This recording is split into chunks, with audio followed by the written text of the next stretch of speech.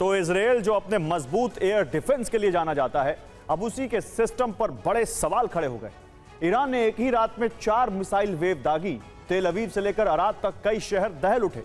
सबसे ज्यादा तबाही अराद में हुई, जहां बैलिस्टिक मिसाइल सीधे रिहायशी इलाके में गिरी और उसे रोकने में डिफेंस सिस्टम नाकाम रहा। दावा है कि अराद में एक भी मिसाइल इंटरसेप्ट नहीं हो सकी और इसी वजह से आधी रात इजरायली कैबिनेट को इमरजेंसी मीटिंग करनी पड़ी।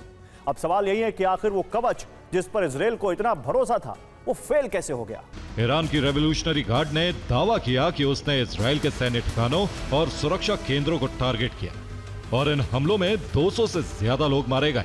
लेकिन इजराइल ने लोगों के मारे जाने के दावों को खारिज किया, लेकिन 120 घायलों की बात पाई। और अब देखिए ईरान का बदला और कैसे इजराइल एक ही रात में दहल उठा। एक ही रात में 4 अलग अलग मिसाइल वेव दागी गई, पहली, दूसरी, तीसरी और चौथी। और हर वेव में इजराइल के शहरों पर ईरान की बैलिस्टिक मिसाइलों का कहर टूटा। तेल अवीव, अराद, डिमोना, इलात, बीरशेबा और किरियात गात, यानी हमला कई शहरों पर एक साथ किया गया। ईरान की इस बैलिस्टिक आग से इजराइल के अराद शहर में सबसे ज्यादा नुकसान हुआ। यहां इजराइल का एयर डिफेंस भी नाकाम हो गया, जिस वजह से ईरान की बैलिस्टिक मिसाइल का डायरेक्ट हिट हुआ टारगेट पर। कई इमारतें तबाह हो गई क्योंकि मिसाइल के साथ 450 किलो का वॉरहेड था। 120 से ज्यादा लोग घायल बताए जा रहे हैं। लेकिन ईरान के निशाने पर सिर्फ इजराइल नहीं बल्कि खाड़ी में मौजूद अमेरिकी बेस भी रहे। अबू धाबी का अल दफरा एयर बेस, दुबई का अल मिनहाद और कुवैत का अली अल सलेम, यहां भी हमले का दावा किया गया। लेकिन यहां एयर डिफेंस एक्टिव होने की वजह से ज्यादा नुकसान की खबर नहीं। आधी रात इजरायली कैबिनेट को इमरजेंसी टेलीफोनिक वार्ता करनी पड़ी। इजरायली एयरफोर्स ने जांच शुरू कर दी है ताकि ये पता लगाया जा सके कि आखिर चूक कहां हो। और अब स्क्रीन पर ईरानी बैलिस्टिक मिसाइल और इजराइल के डिफेंस सिस्टम के बीच का पूरा सीक्वेंस देखिए।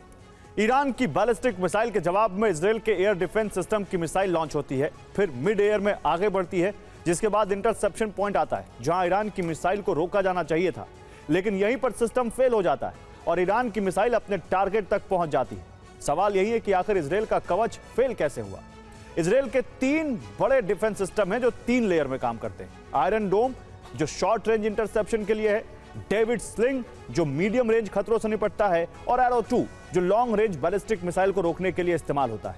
यहां सिस्टम ने ईरान की मिसाइल को डिटेक्ट किया, ट्रैक भी किया, यानी खतरा पहचाना गया। लेकिन आखिरी और सबसे अहम स्टेज इंटरसेप्शन, वहीं पर इजराइल का कवच फेल हो गया। यानी पूरी चेन काम कर रही थी, लेकिन जिस पॉइंट पर मिसाइल को रोका जाना था, जहां उसको हवा में ही हिट करना था, वही चूक हो गई और ईरान की मिसाइल सीधे अपने निशाने तक पहुंच गई। और खंडहर जैसा दिख रहा है इजराइल का डिमोना। बैलिस्टिक हमले के बाद वीडियो में दिखी है तबाही। इजराइल का डिमोना जहां पर ईरान ने मिसाइल अटैक किया, उसके बाद देखिए कैसे बिल्कुल चारों तरफ मलबा दिख रहा है इमारतों का, जैसे खंडहर बन गई हो ये इमारतें। तो ईरान जंग शुरू होने के बाद एक रात में कभी इजराइल में इतनी तबाही नहीं मची। ईरान के बैलिस्टिक अटैक से बेंजामिन नेतन्याहू आग बबूला। दावा है कि उन्होंने आईडीएफ को ईरान से प्रतिशोध की खुली छूट दे दी है, जिसके बाद इजराइल की सेना अब हर उस लक्ष्य को टारगेट करने वाली है जिस पर आज तक इजराइल ने कभी हमले नहीं किए। माना जा रहा है कि अब इजराइल सिर्फ मिलिट्री ठिकाने ही नहीं बल्कि रिहायशी इलाके और नागरिक इंफ्रास्ट्रक्चर पर भी बड़े हमले करने वाला है। हमले के कुछ घंटे बाद तेल अवीव में इमरजेंसी बैठक की गई। इस बैठक में आईडीएफ प्रमुख इयाल जामिर शामिल थे। इसके अलावा आईडीएफ के operation director Itzik Cohen, air force chief Tomer Bar और इंटेलिजेंस डायरेक्टर शलोमी बिंदर शामिल हुए। बैठक में आईडीएफ प्रमुख ने ईरान में सभी मोर्चों पर हमले की छूट दी।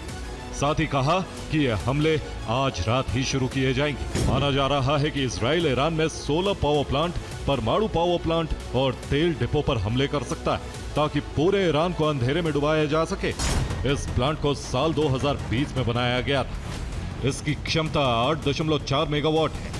इससे करीब 1000 से 1500 घरों में बिजली सप्लाई होती थी। अगर आप हमारे बुनियादी ढांचे पर हमला करते हैं तो हम आपके कहीं अधिक महत्वपूर्ण और बुनियादी ढांचे पर हमला करेंगे और इनकी संख्या गिनना बेहद मुश्किल होगा।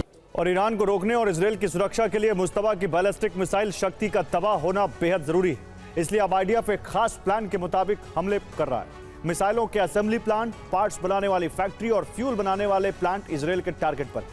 बीते 24 घंटे में इजराइल ने करीब 3 बैलिस्टिक मिसाइल फैक्ट्रियों को तबाह कर दिया, जिसमें आईआरजीसी के सेंट्रल कॉम्प्लेक्स पर भी हमले किए गए। यहां ईरानी बैलिस्टिक मिसाइलों के अलग अलग पार्ट्स बनाए जाते थे। मिसाइल पार्ट्स रखने वाले डिपो पर एयर स्ट्राइक की गई। इसके अलावा मिसाइल फ्यूल बनाने वाले 2 प्लांट्स भी इजरायली एयर स्ट्राइक में राख हो गए।